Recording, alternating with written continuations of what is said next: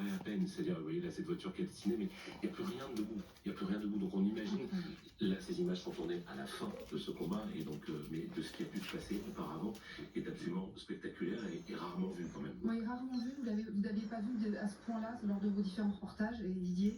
J'ai rarement vu, moi, de paysages aussi ravagés par une guerre avec une telle intensité. Ouais. Didier? C'est-à-dire que les combats de haute intensité, on n'en a pas connu tant que ça. On a connu la Tchétchénie, on a eu un peu par-ci par-là, mais pas aussi longtemps. Grozny, la 94-95, décembre, janvier, février. Et puis sinon, l'Iran-Irak, sur les lignes de front du sud, du côté de Fao, lors de la bataille sur les deltas, où là aussi c'était. La guerre de En fait, c'est la guerre où il y a de l'attention d'un côté et de l'artillerie en masse de l'autre. Et là, vous voyez, la guerre est retournée parce que. Et c'est pas terminé.